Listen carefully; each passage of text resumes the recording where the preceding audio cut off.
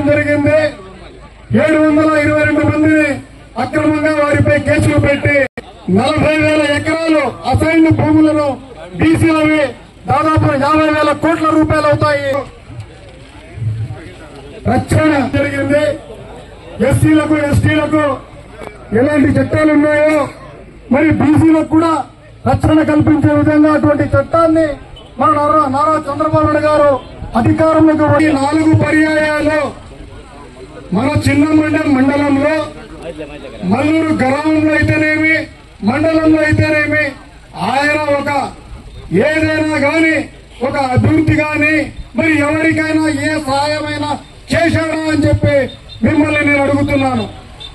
కూడా మరి ఆయన ఒత్తాసు పలుకుతూ మరి వారి యొక్క నాయకులకు ఆయన వెళ్ళడం జరిగింది. ఇవన్నీ మనం అర్థం చేసుకోవాలి. ఆయనకు అబద్దాల శ్రీకాంత్ రెడ్డి అనే పేరు కూడా ఒక బిరుదు కూడా చేయడం జరిగింది.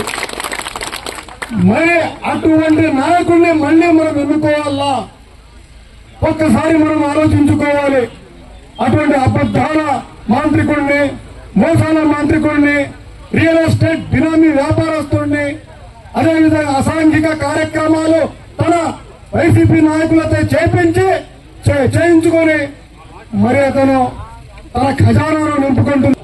రామప్రసాద్ రెడ్డి గారు ఆయనకు ఏ పదవి మనము ఆయనకు ఇవ్వలేదు.